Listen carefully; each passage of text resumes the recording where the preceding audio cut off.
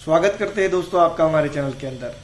जैसा कि आप जानते ही होंगे कि लोकसभा चुनाव काफ़ी नज़दीक आ चुके हैं और लोकसभा चुनाव की तैयारियां पूरी ज़ोर और शोर से चल रही है। लोकसभा 2024 की अगर बात करें तो बहुत सारी पॉलिटिकल पार्टियां इसको आखिरी चुनाव तक बता चुकी है। इस दौरान अगर भारतीय जनता पार्टी को कांग्रेस पार्टी हराने में कामयाब नहीं होती है तो कांग्रेस कहती है कि बहुत सारी चीज़ें ऐसी होंगी कि जिसको लेकर जो है तो भारत के शहरियों ने कल्पना भी नहीं की होगी। भारत का संविधान बदल दिया जाएगा या फिर बहुत सारी ऐसी बातें सामने आ रही है। लेकिन कई एक चीज़ें ये भी है कि कहीं ना कहीं भारतीय राष्ट्रीय कांग्रेस पार्टी भारतीय जनता पार्टी को फिलहाल अगर देखा जाए तो हराने में नाकाम है। ऐसे हालात में उन्होंने जो है तो हराने के लिए सबने मिलजुल कर एक गठबंधन बनाया है। उस गठबंधन का नाम है इंडिया गठबंधन। इंडिया गठबंधन के अंदर दोस्तों मैं आपको बता दूं कि कई पॉलिटिकल पार्टियां हैं, सिर्फ मुस्लिम पॉलिटिकल पार्टी छोड़कर।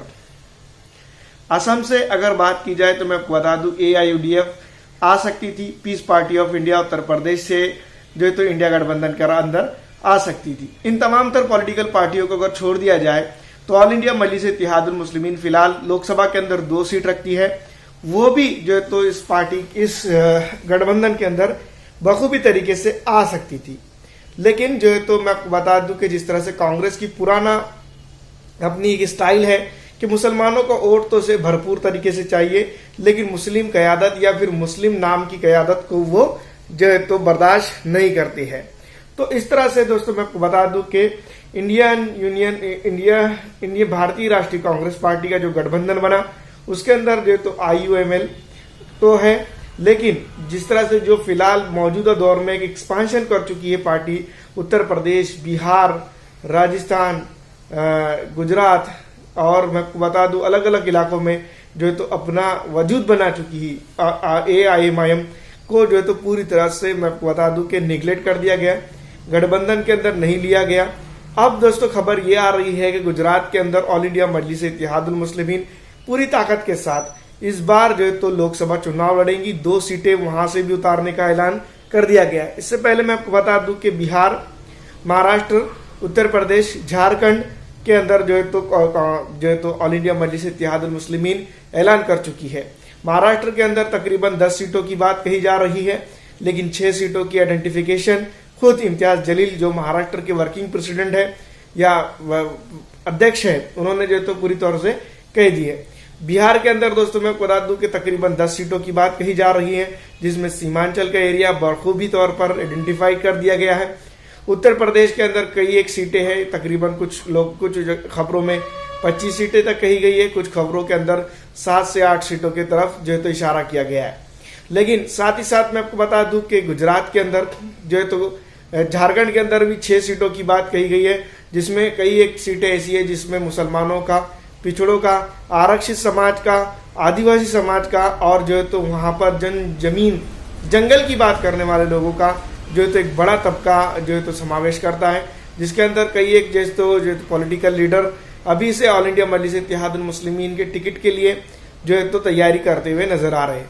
दूसरी तरफ मैं आपको बता दूं कि गुजरात के अंदर भी ऑल इंडिया मजलिस इत्तेहादुल मुस्लिमीन ने 2 सीटों पर अपना जो है तो प्रत्याशी उतारने का प्लान जाहिर कर दिया है। और जहां पर जैसे ही ऑल इंडिया मजलिस इत्तेहादुल मुस्लिमीन 2 सीटों की बात कहती है, भरूच और एक अलग सीट है, वहां पर मैं आपको बता दूं जैसे ही MIM जो है तो वहां पर पार्टी अपना प्रत्याशी उतारेंगी, इस बात के बाद से ही मैं आपको बता दूं कि भारतीय राष्ट्रीय कांग्रेस पार्टी ऑल इंडिया मजलिस इत्तेहादुल मुस्लिमीन को भारतीय जनता पार्टी की B टीम कहते हुए नहीं थकेगी। पूरी तरह से अगर जिस तरह से ऑल इंडिया मजलिस इत्तेहादुल मुस्लिमीन ने जिस तरह से भी जिन स्टेटों के अंदर अगर ऐलान किया है उन जगहों पर जो है तो अपने प्रत्याशी अगर AIMIM उतार देती है तो ये एक बात समझ लीजिएगा कि भारतीय इतिहास के अंदर या फिर इंडिया के जो मैं आपको बता दूं कि मुस्लिमों की एक बड़ी पार्टी बनकर वो उभर सकती है। चाहे उनके प्रत्याशी चुनकर आए, चाहे उनके प्रत्याशी चुनकर ना भी आए, लेकिन एक आवाज बनकर उभरती है। क्योंकि आप जानती है कि बहुजन समाजवादी पार्टी उत्तर प्रदेश के अंदर एक अपना दमखम रखती है, लेकिन अब जो है तो उसका दमखम क्या है ये आप तमाम ही जानते हैं। इसके बावजूद भी भारत के अलग अलग राज्यों के अंदर भारतीय बहुजन समाजवादी पार्टी जो है तो अपने प्रत्याशी उतारती है, लोकसभा के प्रत्याशी उतारती है, विधानसभा के प्रत्याशी उतारती है, यहाँ तक कि मायावती जी वहां पर जो तो प्रचार के लिए भी नहीं जाती है, फिर भी जो है तो वहां पर जो है तो बहुजन समाजवादी पार्टी अपने प्रत्याशी उतारती है। अपनी आवाज बुलंद है। हर जिले के अंदर जो है तो मैं आपको बता दूं, तकरीबन भारत के हर जिले के अंदर बहुजन समाजवादी पार्टी के नेता दिखाई देते हैं उनके साथ। तो एक मैं आपको बता दूं कि जिस तरह से ऑल इंडिया मजलिस इत्तेहादुल मुस्लिमीन की बात कही जा रही है, अब जो है तो कहीं ना कहीं हर जिले के अंदर ऑल इंडिया मजलिस इत्तेहादुल मुस्लिमीन का वर्चस्व बनता हुआ नजर आ रहा है। भारतीय राष्ट्रीय कांग्रेस पार्टी इसको पूरी तरह से निगलेक्ट करने की कोशिश कर रही है।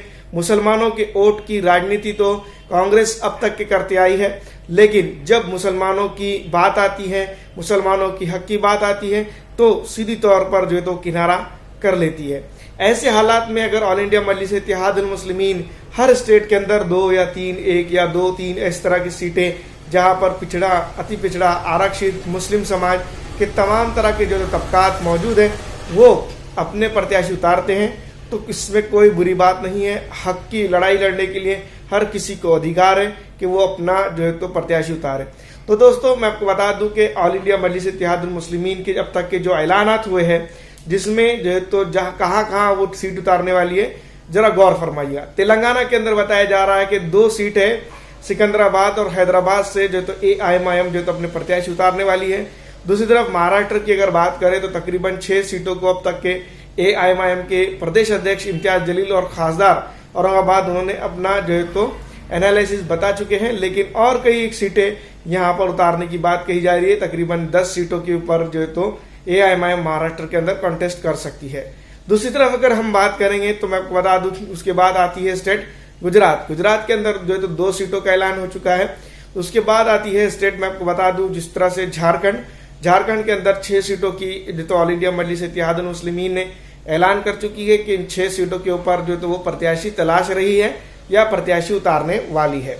दूसरी तरफ मैं आपको बता दूं कि बिहार आता है। बिहार के अंदर जो तो ऑल इंडिया मजलिस इत्तेहादुल मुस्लिमीन के विधायक आमोर बैसा से अख्तर उल इमान साहब ने पूरी तरह से ऐलान कर दिया है कि सीमांचल तो छोड़िए, सीमांचल के बाहर भी ऑल इंडिया मजलिस इत्तेहादुल मुस्लिमीन अपने प्रत्याशी उतारेगी। तकरीबन 10 सीटें बताई जा रही हैं।